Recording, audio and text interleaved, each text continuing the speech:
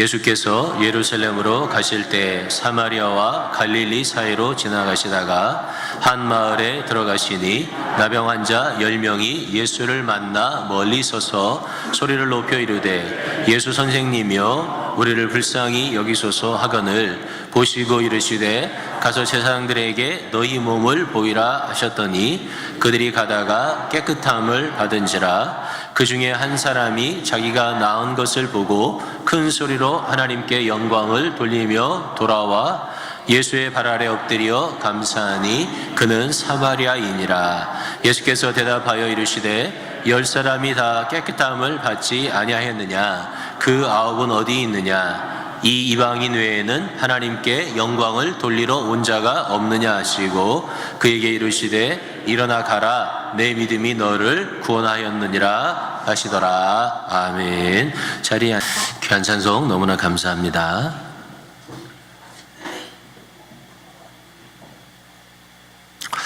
한 해의 풍성한 삶을 감사하면서 주님께 드리는 추수감사주일입니다. 오늘 여러분들의 마음에 감사의 기쁨이 풍성한 하루가 되기를 주님의 이름으로 축복합니다. 오늘 제가 주보에 칼럼을 쓰지 않고 한국의 유명한 여류 소설가인 박완서 씨의 글을 올렸는데 여러분이 나중에 설교 시간에 읽지 마시고 설교 끝나고 나셔서 한번 다 읽어보시게 되기를 바랍니다. 그분이 숨 쉴 때마다 감사 기도 드려야 하겠습니다. 그런 말이 너무나 공감이 됐고요. 또 우리는 하늘을 날고 무리를 걷는 기적을 이루고 싶어서 안달하며 무리를 한다. 땅 위를 걷는 것쯤은 당연한 일인 줄 안다. 그렇게 쓰신 글이나 우리가 입으로는 감사를 외치지만 진정으로 감사를 느끼는 사람은 적은 것 같다. 그런 말씀이 너무나 마음에 와닿는 말씀이어서 제가 칼럼 대신에 그 글을 올렸습니다. 제가 설교의 전반부에는 감사 결핍의 시대에 대해서 좀 설교를 할 텐데 지금 이 시대에 감사가 너무나 결핍이 되어 있습니다. 감사가 결핍되면 어떻게 되냐면 감사하지 못하고 짜증내고 원망하고 불평하고 그렇게 되겠죠.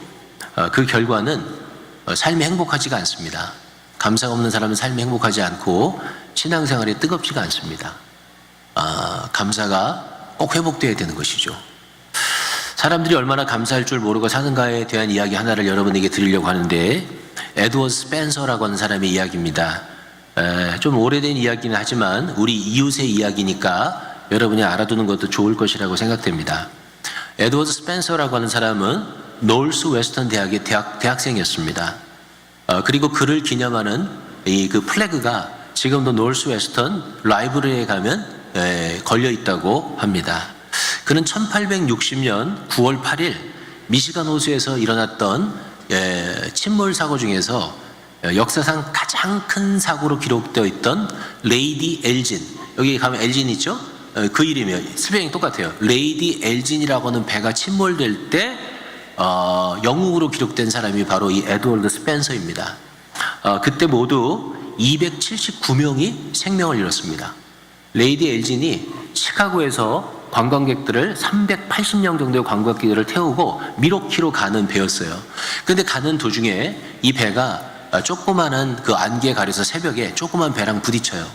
근데 기관사가 데미지를 얼마 안 된다고 생각하고 계속 항해를 한 거예요. 근데 데미지가 생각보다 커가지고 물이 들어오면서 배가 갑자기 가라앉게 되었습니다.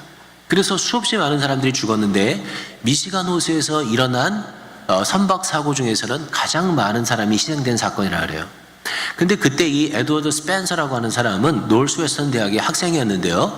고등학교 때는 수영선수를 했고 대학교 가서도 학생 라이프 가드를 했다 그래요.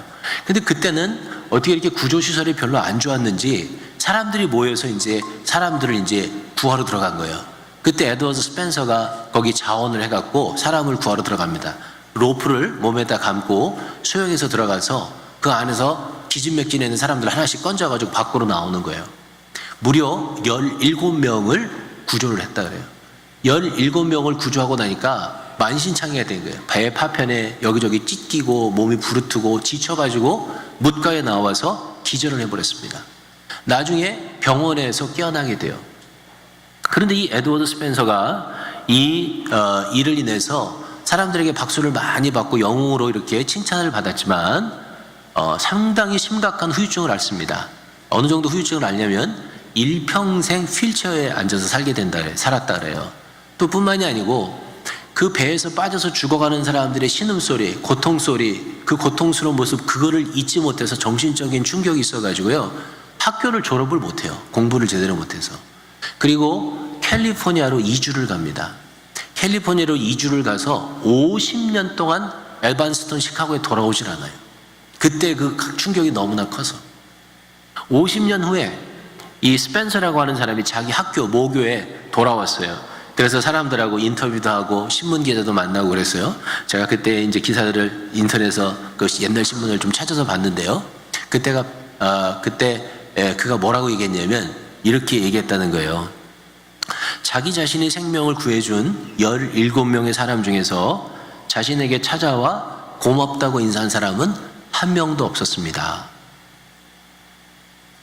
그렇게 인터뷰를 했대요. 81세까지 캘리포니아에 살다가 돌아가셨는데요. 얼마나 그 마음이 서운했을까 그런 생각이 들어요. 얼마나 서운했으면 그렇게 인터뷰를 했을까 그런 마음이 들더라고요.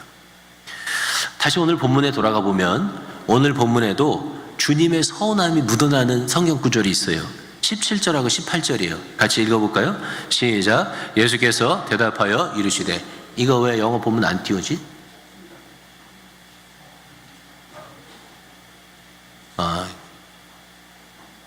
그러면 거기 1부 예배 거 더 열어봐요. 그 1부 예배 영어 보면 다 보여줬는데 2부 예배 때.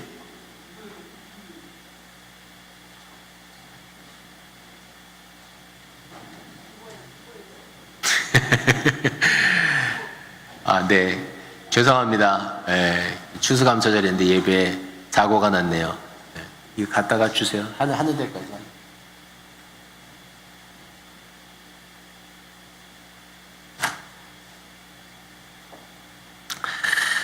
주보에 있는 거 읽어보세요.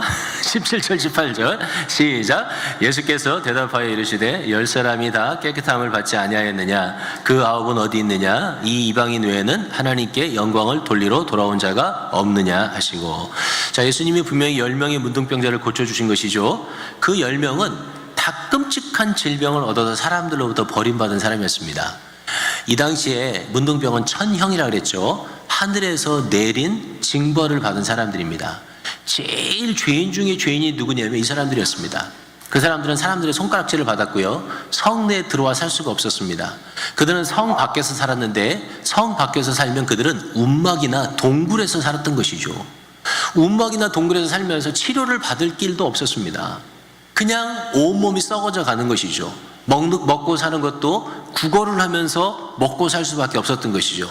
어느 날 손가락이 떨어지고 발가락이 떨어집니다.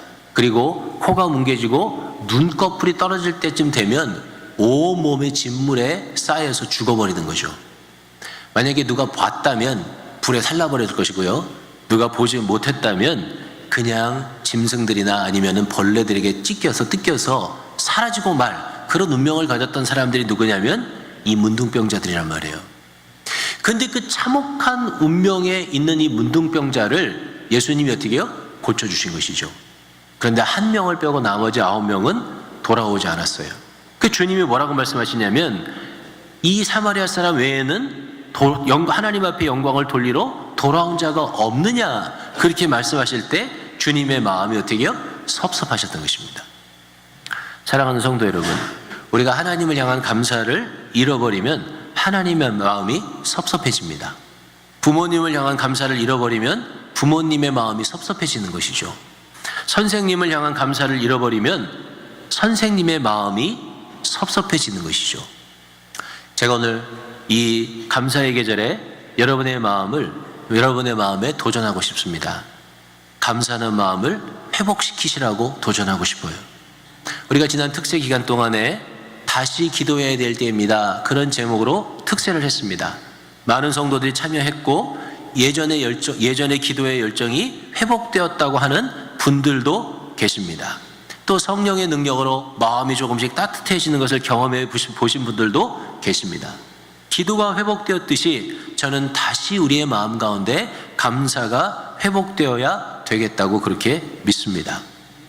감사가 회복되어서 어떤 축복이 있느냐, 아니면 감사가 회복되어서 어떤 유익이 있느냐를 논하기 전에 우리 자신이 마땅히 감사해야 되는 존재이기 때문에 감사를 회복하자는 것입니다.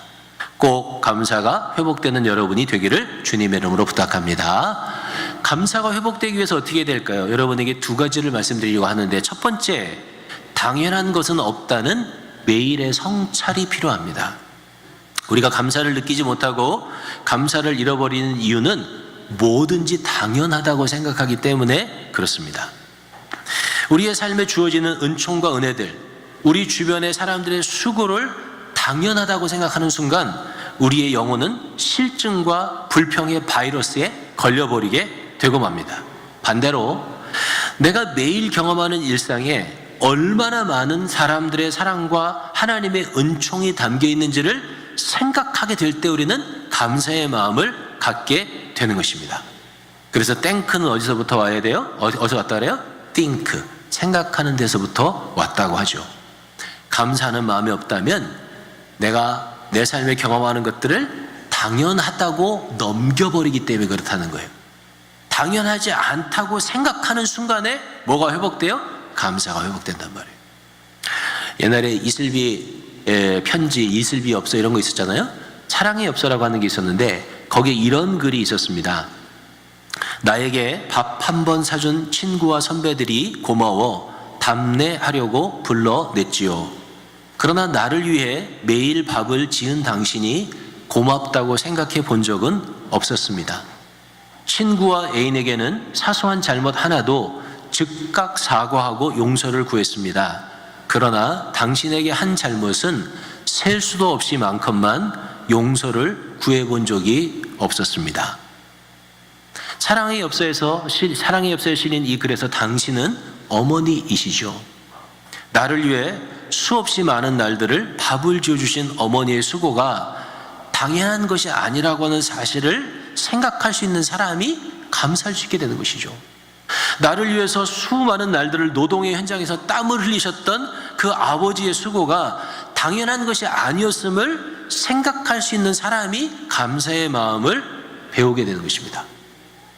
세상이 각박해지고 사나워지고 불행이 가득하고 행복을 찾지 못하는 이유는 감사의 마음을 잃어버렸기 때문에 그렇습니다. 이 세상에는요, 감사의 마음을 잃어버린 사람이 얼마나 많은지 몰라요. 그 사람들은 이렇게 말하죠. 공무원이 친절하게 시민을 대하는 것은 내가 낸 시민의 세금을 먹고 사는 것이니까 당연한 것이고, 선생이 학생을 잘 가르치는 것은 선생의 의무니까 당연한 것이고, 부모가 자식을 키우고 뒷바라지 해야 되는 것은 자식을 놔놓은 게 부모니까 당연히 해야 되는 것이다.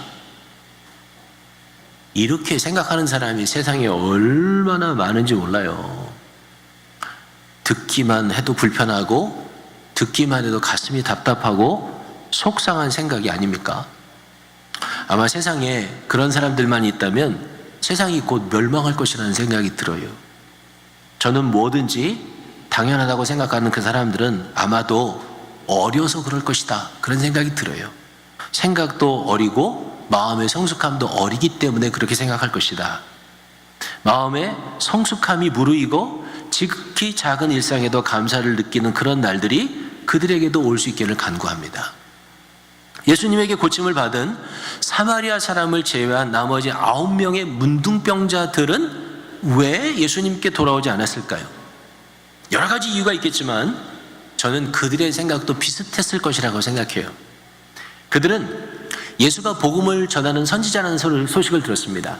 그리고 예수가 가는 곳마다 많은 병자들을 고친다는 이야기를 들었죠. 그래서 예수님께서 지나가실 때 그들은 소리를 질러서 예수께 부탁했습니다. 선생님이여, 우리를 불쌍히 여겨 주시옵소서. 그렇게 간구했던 것이죠. 예수님이 제사장에 가서 몸을 보이라 라고 하는 말에 순종하여 가다가 그들은 고침을 받았습니다. 그런데 돌아와 감사하지 않았어요. 왜 그랬을까? 제가 믿기에는 당연하다고 생각했을 가능성이 많다는 거예요. 예수님은 선지자고 본래 병을 고치러 다니시는 분이라고 생각한 거죠. 그래서 그게 그들에게는 당연한 것으로 끝난 거예요. 저는 선교사 경험을 통해서 그리고 단기 선교를 많이 다녀봤기 때문에 그런 마음을 잘 압니다. 선교사로 현지에 가 있으면 아무런 조건 없이 현지인들에게 은혜를 베풉니다. 말씀으로, 기도로, 강의로, 섬김으로, 때때로는 육체적인 노동으로, 어떤 때는 물질적으로 말할 수 없는 지원을 베풉니다. 그러면 현지인들은 진짜 감사하고 고마워할까요? 물론 그런 사람도 있습니다. 사마리아 사람처럼 정말 감사하는 사람도 있습니다. 그런데 많은 현지인들은 그거를 당연하다고 생각합니다. 당신이 선교사가 돼서 선교지에 와서 살아가니까 그 정도 사랑을 행하는 것은 당연한 거야, 이렇게 생각합니다. 조금 심한 사람은 당신이 우리나라 와서 사니까 그 정도는 해야 된다, 이렇게 생각합니다. 그런데 거기서 좀 더 나가서 심한 경우에는 어떻게 생각하고 어떻게 말하는지 아십니까? 선교사님, 당신은 우리 때문에 우리를 팔아서 모금해서 먹고 사니 오히려 우리에게 감사해야 됩니다, 이렇게 말하는 사람들도 있습니다. 정말 선교사들은 현지인들 때문에 먹고 사는 사람일까요? 그렇게 당연히 생각해도 되는 것일까요? 아닙니다. 선교사들은 그 선교지에 가기 위해서 자기가 익숙한 고향과 조국을 떠납니다. 자녀들이 무슨 죄가 있습니까? 그 자녀들이 교육의 기회가 훨씬 열등한 그 땅에 부모를 따라서 가는 희생을 감수하게 됩니다. 기후와 모진 음식 때문에 평생 속을 앓는 선교사가 태반이고요. 배우지 않아도 되는 남의 나라의 언어를 배우고 남의 나라의 문화를 익히느라 엄청난 고생을 합니다. 모금하는 것도 마찬가지죠. 모금이 쉽습니까?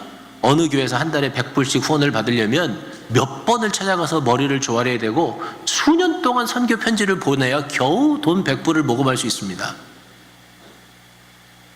선교사로 지내기 위해 선교사는 너무나 많은 고통의 삶을 살아나갑니다.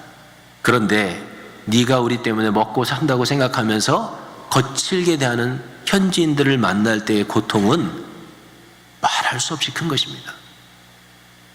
예수께 돌아오지 않은 9명의 고침받은 문둥병자들도 비슷한 생각을 했을 것이라고 생각해요. 당신은 선지자고 병을 고치는 사람이니까 병을 고친 것은 마땅하다, 그렇게 생각한 거죠. 그래서 감사하지 않은 것입니다. 그렇게 큰 은혜를 입고도 그것을 당연하게 생각하는 사람들이 일상의 소소한 것들에서 은혜를 발견하고 감사한다고 하는 일은 가능할까요? 거의 불가능한 일이죠. 과거에 소련의 공산당 서기장이었던 니키타 후르쇼프라고 하는 사람이 미국을 방문하고 소련에 돌아갔어요. 그리고 소련에 가서 이렇게 얘기했다고 합니다. 미국이 짧은 역사 가운데 그렇게 엄청나게 부강한 국가가 된 이유는 미국 사람들은 땡큐라고 하는 말을 많이 사용하기 때문이다, 그렇게 말했다 그래요. 여러분과 저는 어디에 살아갑니까? 바로 그 나라에 살아간단 말이에요. 그렇다면 여러분과 저는 얼마나 감사하는 사람이어야 하겠습니까? 우리의 삶에 주신 하나님의 큰 은혜뿐만이 아니고 소소하게 당연하다고 생각하는 것들까지도 당연한 것이 아니라고 하는 깨달음을 갖게 될 때 우리는 감사할 수 있는 성숙함을 이룰 수 있게 되지 않겠습니까?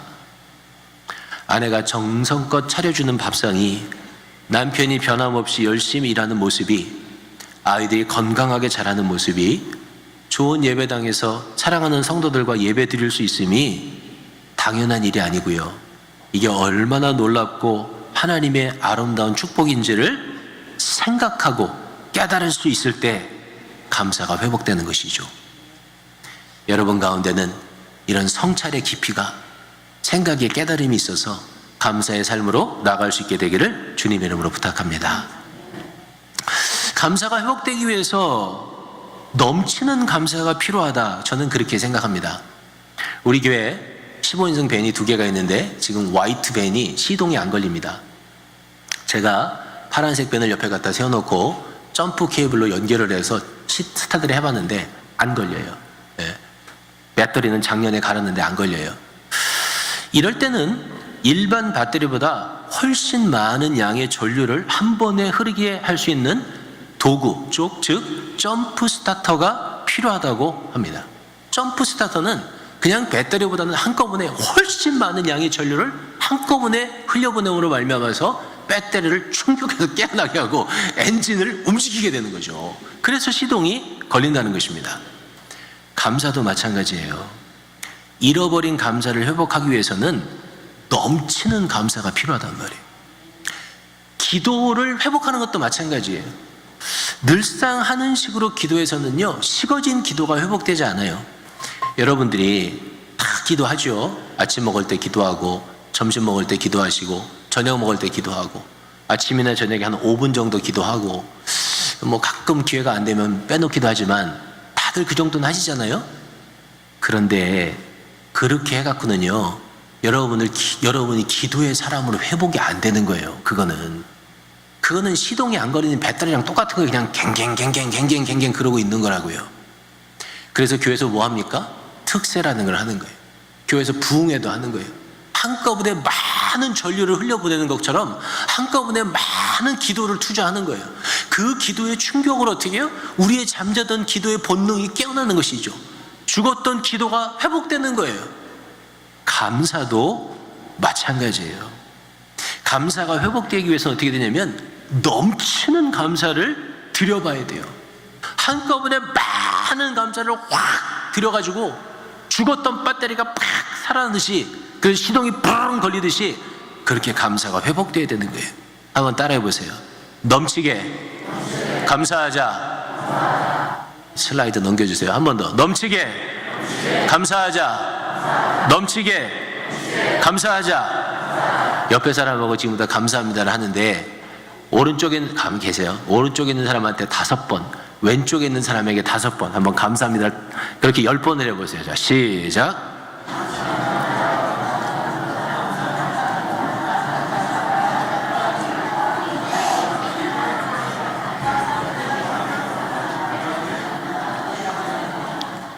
자,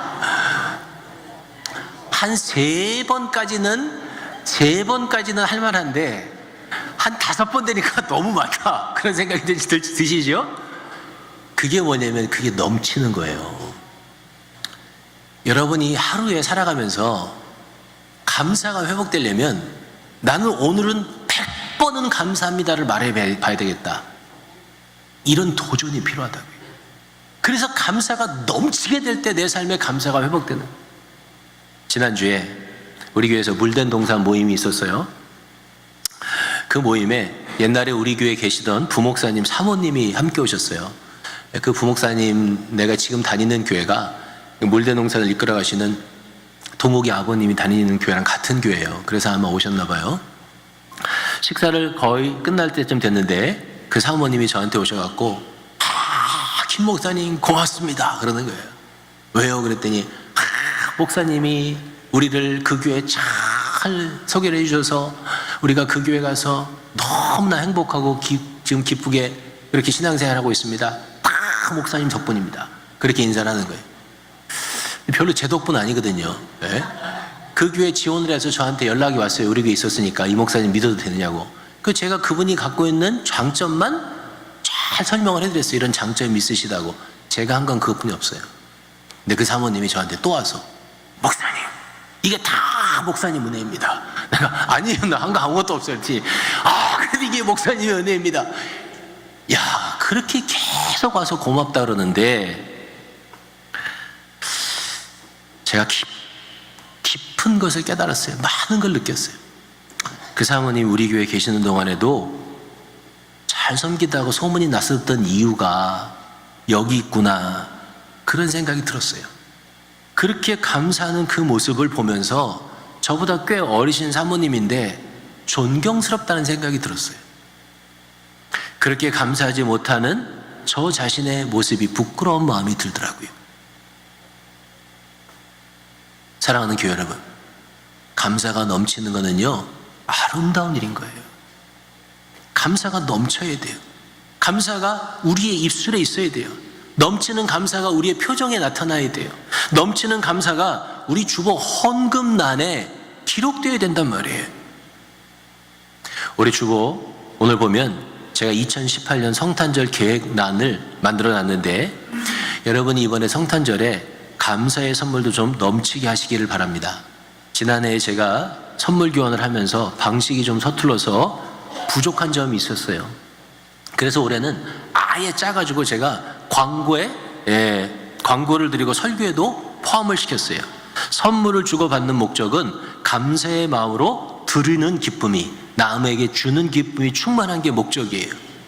그런데 여러분이 잘 아시다시피 연말이 되어 교인들에게 좀 감사하려고 하면 평소에는 그렇게 몇 명 안 되는 성도가 왜 이렇게 많아 보여요?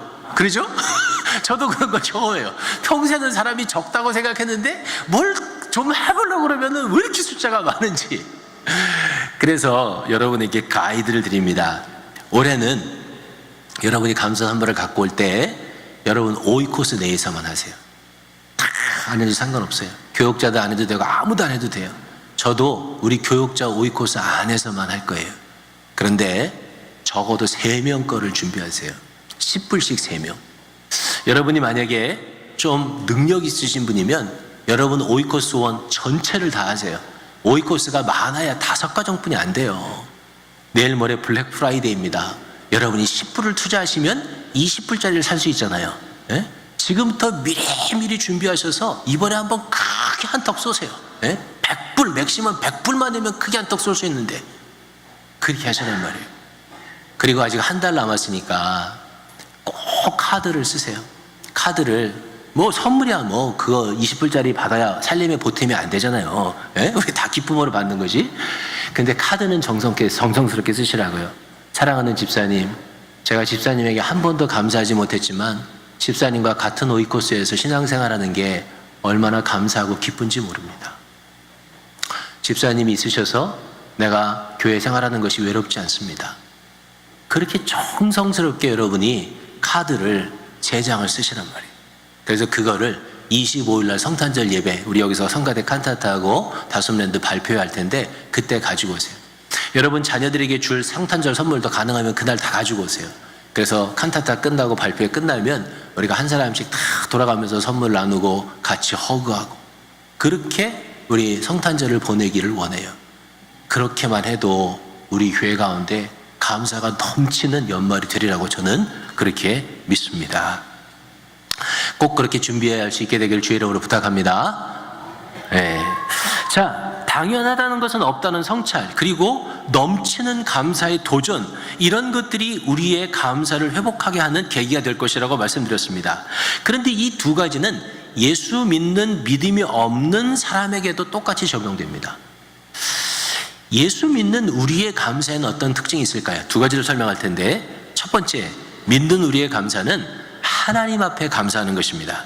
누가복음 17장 15절 16절을 읽어보겠습니다. 시작. 그 중에 한 사람이 자기가 낳은 것을 보고 큰 소리로 하나님께 영광을 돌리며 돌아와 예수의 발 아래 엎드려 감사하니 그는 사마리아인이라. 아멘. 그는 사마리아 사람이었지만 자기가 낳은 것을 보고 큰 소리로 하나님 앞에 영광을 돌렸습니다. 예수 앞에 무릎을 꿇고 감사했습니다. 그의 감사가 넘쳤음을 알려주는 것이죠. 믿는 사람들의 감사는 감사의 시작도 하나님이시고 감사의 대상도 하나님이십니다. 여러분이 사이콜로지를 배워보면 사이콜로지는 자기에게 감사하는 것을 많이 가르칩니다. 내가 나에게 감사하는 거죠. 내가 나에게 선물도 삽니다. 내가 나를 격려하기도 해요. 그리고 그런 것들은 효과가 있습니다. 효과가 없진 않아요. 효과가 있어요. 그런데 효과가 있지만 믿는 우리는 하나님에게 감사하는 사람이에요. 우리가 진짜 하나님을 향한 감사를 우리의 마음이 넘치잖아요. 그러면요, 꽃을 받은 것보다 훨씬 더 큰 기쁨이 우리 안에 넘치게 됩니다.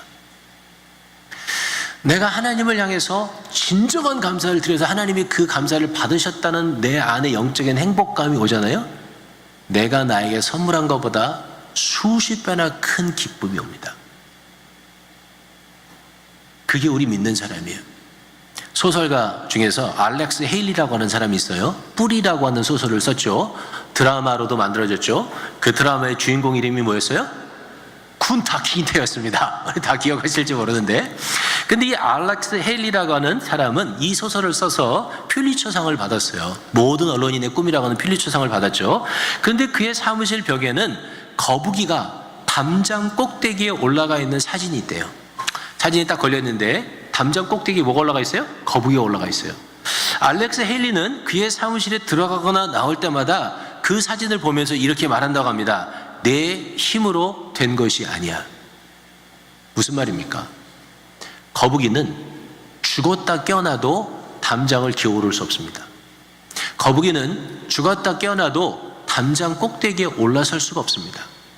만약에 거북이가 담장 꼭대기에 올라서 있다면 그것은 누군가가 거북이를 담장 꼭대기에 올려놓은 것이란 말이에요. 알렉스 헤일리는 자신의 성공 때문에 누군가가 자기에게 칭찬하고 누군가가 자기에게 박수할 때마다 담장 꼭대기에 올라간 거북이를 생각했다고 합니다. 그리고 하나님에게 고백한 것이죠. 내가 한 것이 아니에요. 사랑하는 성도 여러분, 우리 믿는 사람들은 우리가 살아있는 것도, 머리를 오른쪽 왼쪽으로 돌릴 수 있는 것도, 일용할 양식을 먹을 수 있는 것도 다 하나님의 은혜로 되어진 것이지 내 힘으로 된 것은 아니라고 믿는 사람들입니다. 그래서 우리는 나의 나 된 것은 다 하나님의 은혜라고 고백하며 살아가는 사람들입니다. 믿음의 사람의 감사는 하나님을 기억하면서 하나님께 드리는 감사라는 특징이 있습니다. 오늘 우리가 예배 드리고 있는데요, 본래 예배의 핵심도 감사입니다.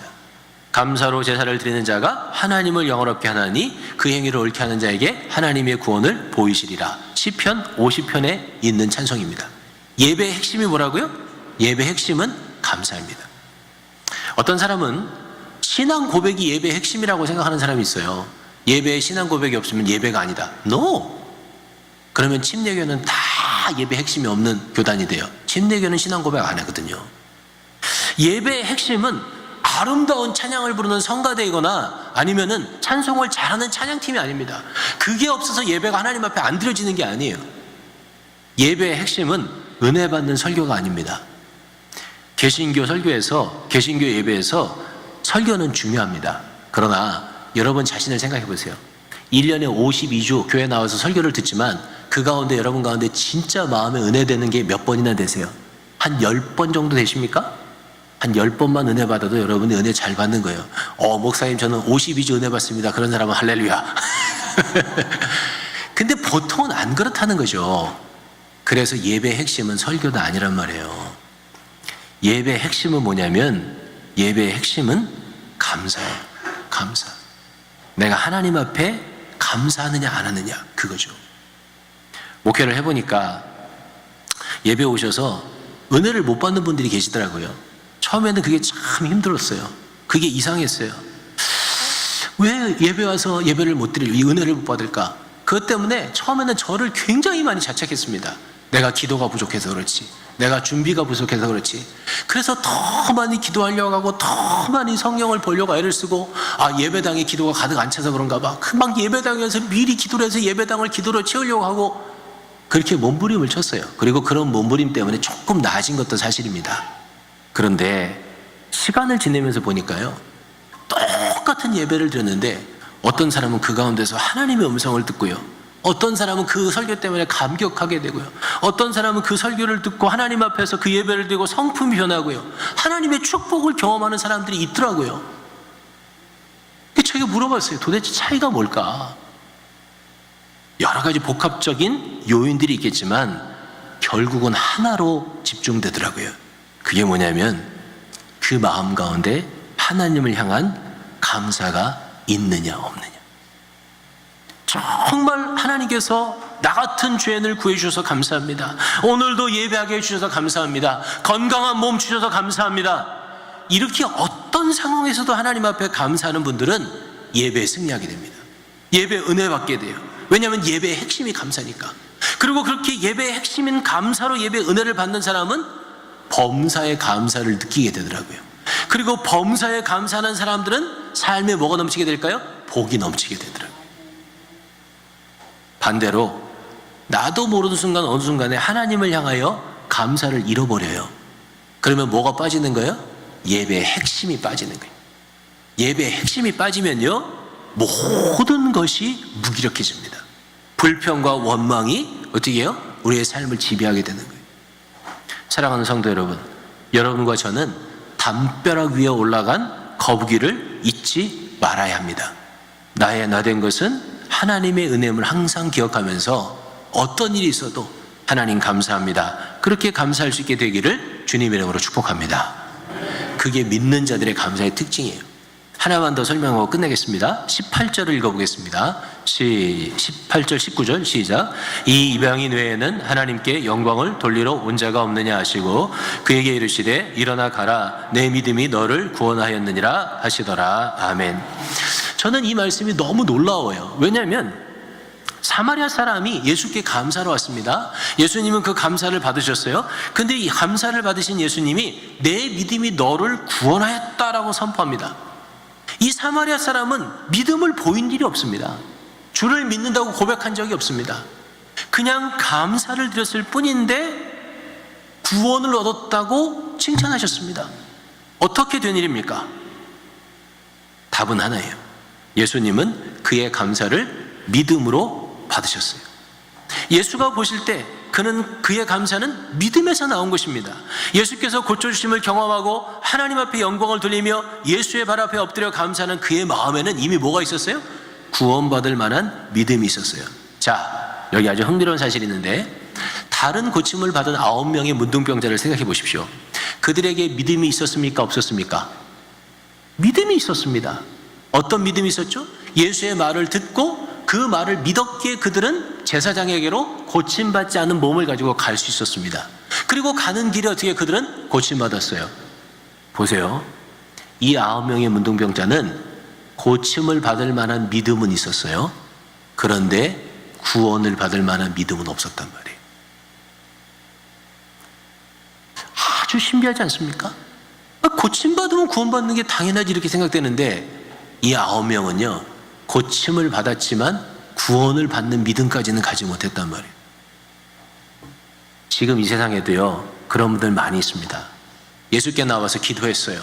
하나님이 기적을 베풀어 병 고쳐주셨어요. 예수께 나와서 기도했습니다. 하나님이 어려움의 문제를 해결해 주셨어요. 그래서 가는 곳마다 그걸 간증해요. 그런데 교회는 안 다녀. 근데 신앙생활은 안 해요. 고침을 받을 만한 믿음은 있었지만 아직 구원에까지 못 이르는 거예요. 그러면 둘 사이에 뭐가 차이가 있을까요? 딱 하나의 차이가 있어요. 감사라는 거예요. 그럼 왜 감사가 중요한지 아세요? 돌아와서 감사한 그 감사는요 예수님과 이 사마리아 사람과의 퍼스널한 릴레이션십을 만들어준 거예요. 거기에 차이가 있는 거예요. 구원은 예수님이 우리를 위해서 십자가에 못 박아 죽으셨고 그리고 부활하셨다고 하는 객관적인 사실을 내가 인정한다 그래서 내 삶에 들어오는 게 아니에요. 구원은 나를 위해서 십자가에 돌아가신 그 주님이 나의 개인적인 구주로 나의 주님으로 나와 관계를 맺을 때 구원이 내게 임하는 것입니다. 그리고 거기에 하나님께서 나를 향해 그 관계를 맺을 때 하나님이 내게 주시는 것은 무한하신 십자가의 사랑이에요. 근데 그 무한하신 십자가의 사랑에 대한 나의 반응은 뭐라고요? 예수님이 행하신 그 일에 대한 감사란 말이에요. 이 문둥병자는 주 앞에 돌아와 감사함으로 말미암아 어떻게 해요? 구원에 이를 만한 믿음을 갖게 되는 관계가 완성된 거예요. 거기에 구원이 있는 거예요. 거기에. 사랑하는 성도 여러분, 우리가 이 땅에 살아가는 동안에 이걸 잊어먹으면 안 돼요. 예수 믿는 사람의 감사의 핵심 중에 핵심은 뭐냐면 예수께서 십자가에서 나를 위해서 이루신 일들에 대한 감사예요. 그래서 우리는 그거를 매일 고백하는 거예요. 그걸 우리는 매일 하나님 앞에 신앙 고백으로 드리고 감사와 찬양으로 드리는 거예요. 그리고 이 감사가 하나님을 향할 때 나를 향한 십자가의 사랑이 끊임없이 나와 교통하게 되는 거예요. 그게 구원을 얻을 만한 믿음이란 말이에요. 설교를 정리해 보겠습니다. 우리는 기쁨이 넘치는 삶, 행복이 가득한 삶, 축복이 가득한 삶을 원해요. 그거 원하지 않는 사람은 아무도 없어요.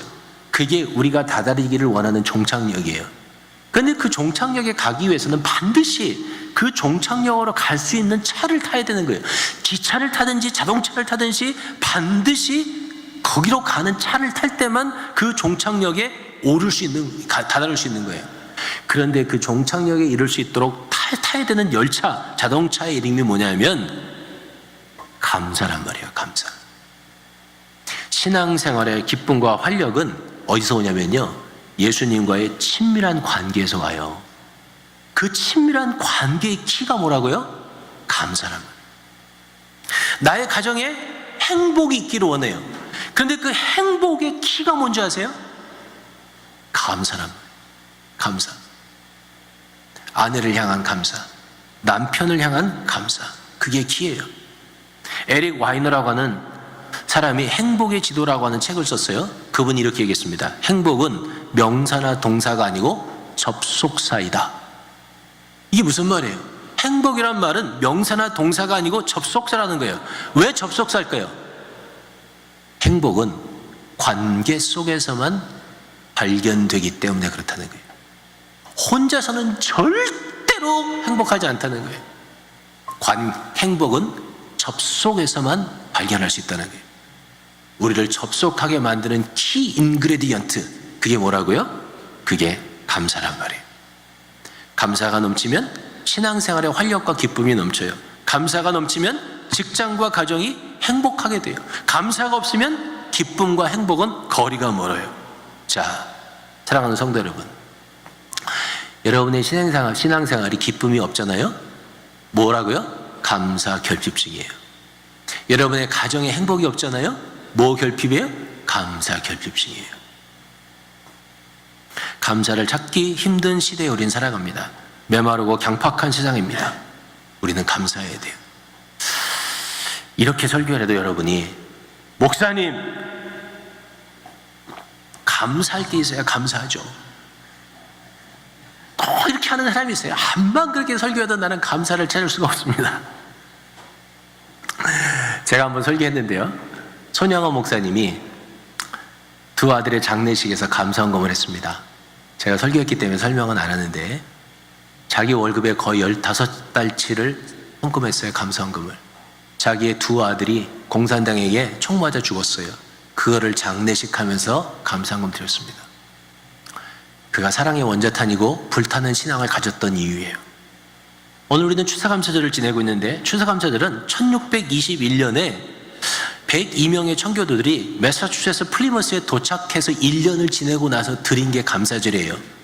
1년 지내고 나서 그 겨울에 사람들은 추위와 배고픔과 질병으로 절반이 넘는 사람이 죽었어요.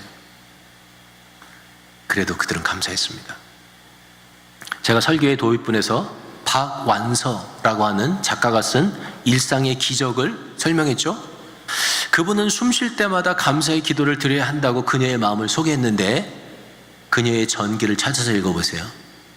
그분은 57세 되었을 때 26살 먹은 아들을 먼저 하나님 앞에 보낸 사람이에요. 그 큰 고통이 그의 삶에도 있었어요. 그래도 그녀는 숨 쉴 때마다 감사하는 기도를 배웠던 거예요. 사랑하는 성도 여러분, 오늘 추수감사절입니다. 한 해의 풍성한 결실들로 인해서 하나님 앞에 감사하는 하루이지만, 이를 넘어서 우리의 삶이 감사의 삶으로 완전히 변화되어지는 그런 놀라운 은혜의 축복을 기대해 봅니다. 그 변화가 우리 가운데 있다면 여러분의 신앙생활이 기쁨이 넘치게 될 거예요. 가정에 행복이 가득한 것을 보게 될 거예요. 사회에서도 형통한 것을 보게 될 거예요. 꼭 이렇게 감사하는 여러분 될 수 있게 되기를 주님의 이름으로 축복합니다. 아멘.